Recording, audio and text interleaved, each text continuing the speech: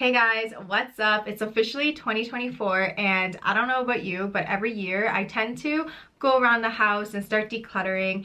And while I was decluttering and repotting, I noticed that I have 5 Monsteras that I'm really excited to be growing in 2024. So in no particular order, I'm going to show you 5 of my favorite Monsteras that are unique. And I don't know, like I'm just really excited to see them grow. So let's start with this one right here. This is the Monstera Obliqua.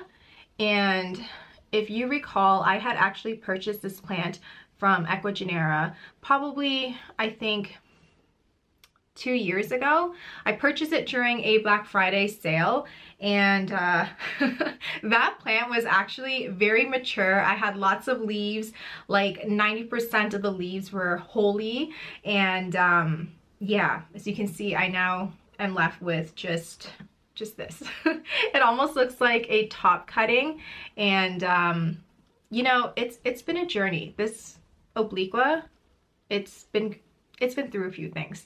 So I didn't realize just how difficult growing an Obliqua would be. It's not even a matter of the fact that it didn't acclimate properly, because it did. It's very finicky. Like truly, it really is. And it's finally giving me some roots. It's putting off this new leaf right here, which I hope you can see. And yeah, I actually want to talk about care tips for Obliquas. I didn't realize this. Of course, I realized it through trial and error, but Obliquas are finicky. They require high humidity. Like, if you don't give it high humidity, it is not going to put off like pristine leaves. I noticed that because Obliquas, their leaves are actually very delicate and I want to say like softer, but I feel like it's not really softer, it's just more delicate, because the plant itself, it's supposed to have like 90% holes in the leaves. So that's the reason why it's more delicate. And when it's putting off a new leaf, you want to ensure that there is high humidity so that it can unfurl properly, so that you can have like very pretty leaves. So yeah, learn that the hard way. This, I don't think I can ever acclimate down, just because, you know, it's supposed to look the way that it looks, and that's the reason why it was like a very highly sought after plant during the peak of COVID. And you know what? I totally get it now. Like, I didn't get it before as to like its popularity, but I get it. And I'm really excited to see it grow throughout this year, to be honest, because it's come a long way and it's choosing life. Lots of lots of aerial roots that are becoming, you know, secondary roots right now, and it continues to try to put off new leaves for me. So yeah, I'm excited for this plant. And one thing that I do want to mention is that I feel like I'm gonna have some people say that is not an Obliqua, that is an Adansonii, and I'm here to say no, it's not. It is an Obliqua. It's just not a mature plant. So I think during this plant's infancy stage or juvenile stage, it kind of looks very similar to an Adansonii, but the holes on an Adansonii is very different. It's actually much bigger. So this is my tricolor Adansonii, and you guys, I don't know why I do this to myself. I continuously want this plant and it just continues to put off like full variegated leaves for me, and it doesn't look like it's gonna put off anything that's green. But my point was is that when there is a juvenile Obliqua, the holes may look similar to like an Adansonii, but once it starts to mature, the holes, like there's more holes, and 90% of the leaves will be covered in holes, whereas an Adansonii, 50% will be like covered in holes. So this is also another plant that I'm excited to see grow in 2024. Let me see if I can get this to focus for you guys. There you go. So this is my Adansonii tricolor, the Japanese version, and yeah, I don't know why I do this myself. Here's an all white leaf, but the plant wants to survive because it put off this very cute little leaf right here.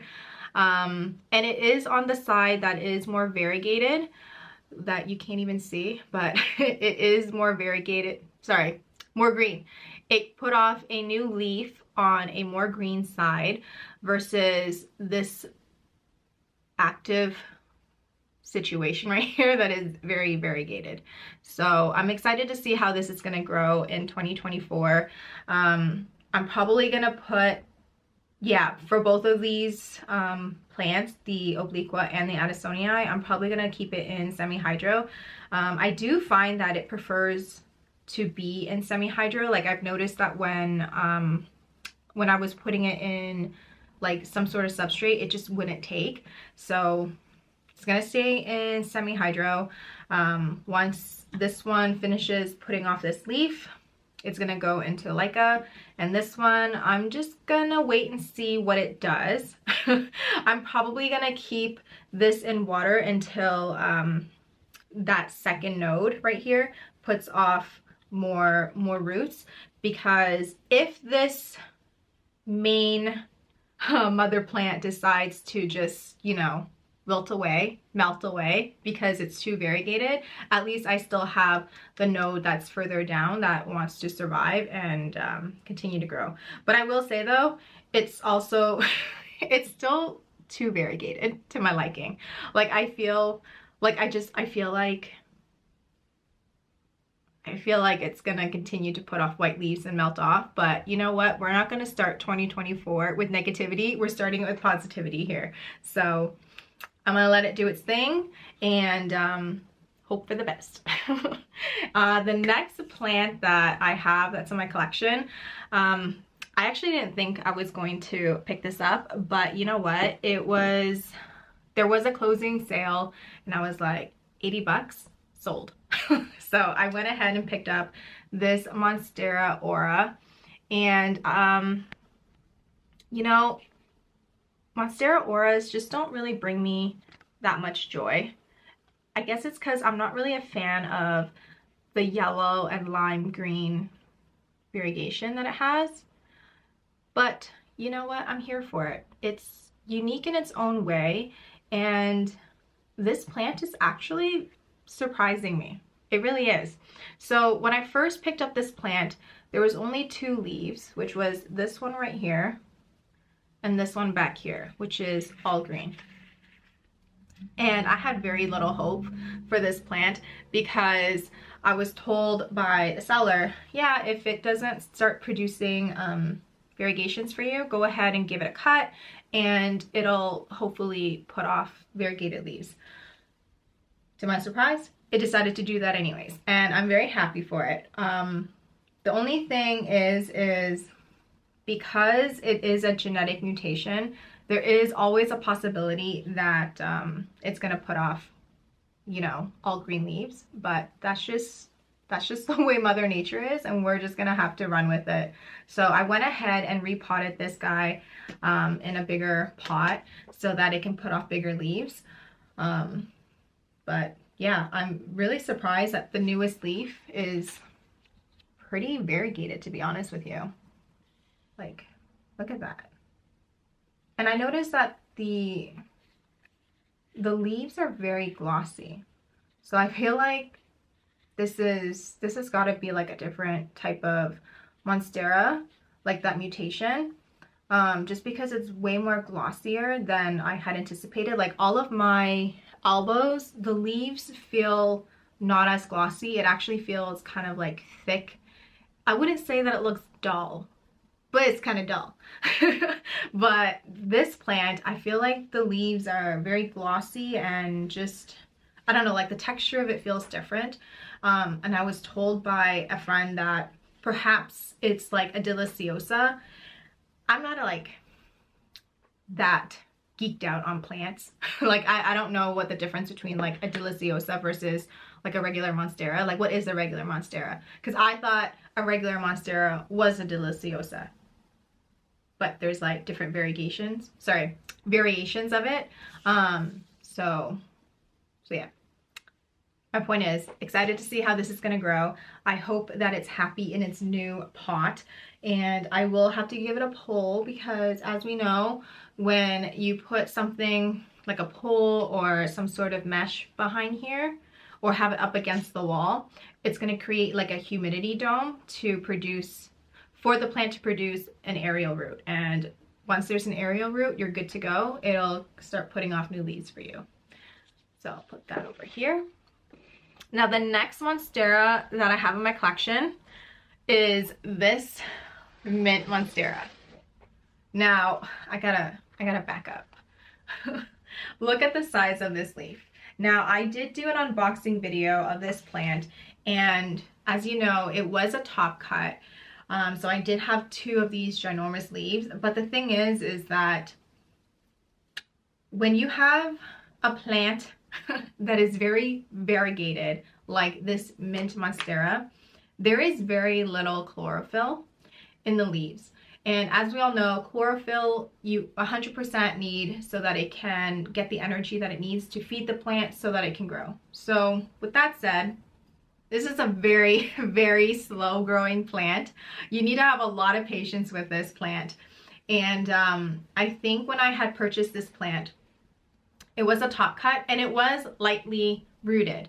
The thing is, when you purchase a top cutting or any type of cutting, if it's not like, how do I say this? If the cutting itself doesn't have like a really good root system, what can end up happening is the plant will use all of its energy into establishing a really good root system. And then it'll worry about putting off a new leaf for you. So with that said, this plant, due to its size, like look at this, I had 2 of these leaves. Because the leaves were so big, I don't think the cutting was able to provide enough energy and feed itself. So what ended up happening was it started to, you know, develop its root system, and then that second leaf started to wilt away and it was turning yellow. And then once this plant started to drain the energy of that leaf, it started putting off this thing right here. So this is actually, it was supposed to be a new leaf, but obviously it kind of died within the sheath here. So I do see like a little nub. I have faith in it. So I think it's gonna put off a new leaf very soon. But for now, I am stuck with a 1-leaf cutting that used to be a 2-leaf top cut. I mean, it's still a top cut, it's just down a leaf. I'm not too upset about it because the variegation and the genetics of this cutting is phenomenal. Like, come on. I hope you guys can actually see this, because in my viewfinder, it actually kind of looks like a Monstera elbow, but it's not. So you can see like through here, the whites, you can see some of the mint running through. It's very pretty. And to be honest with you, I'm low-key hoping that I get like sectionals of dark green and then the mint bleeds through, because that'll look just chef's kiss, you know? So super excited for this one. All right, so the last Monstera that's in my collection that I am so very proud of, you guys, I just repotted this today, and this is my Monstera Thai Constellation. And it's come a long way, like a very long way. So this plant was, it's been through a lot. So I had imported this Thai Constellation in from Thailand, I want to say 3 years ago, and it was doing fine. And then I had this bright idea to put it in soil, and the leaves started to, you know, wither away because, you know, I was experimenting with substrates, trying to figure it out. But yeah, so this has been through a bit, and it's finally fully established in semi-hydro. Sorry guys, my camera cut out there. What was I saying? Right, I repotted this Thai Constellation today, which turned out to be like a very a very tough arm workout because this was originally in no drainage, and I purposely didn't water it so that I can kind of like dump out as much ponds as possible. So this Thai Constellation is still in a semi-hydro mix. I did add some coco coir and tree fern fiber in here and a dash of what is it called, stratum, because for some reason all the Monsteras love stratum, so sprinkled some of that on top of it, and I'm hoping that it continues to grow and thrive. This is the newest leaf that it's given me, this one right here. It is stunning. It's absolutely stunning, and I don't know if I can get up close without breaking anything or if you can even see it, but it has like these little ruffles right here, and it's so cute because that to me is a sign of maturity.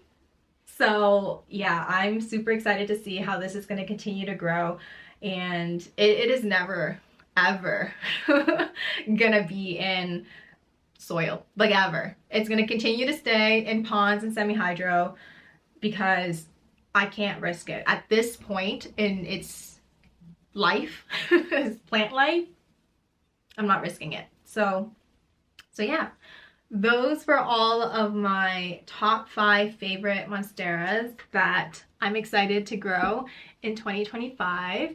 And I hope you guys enjoyed that video, and I'll see you guys in the next one. Bye!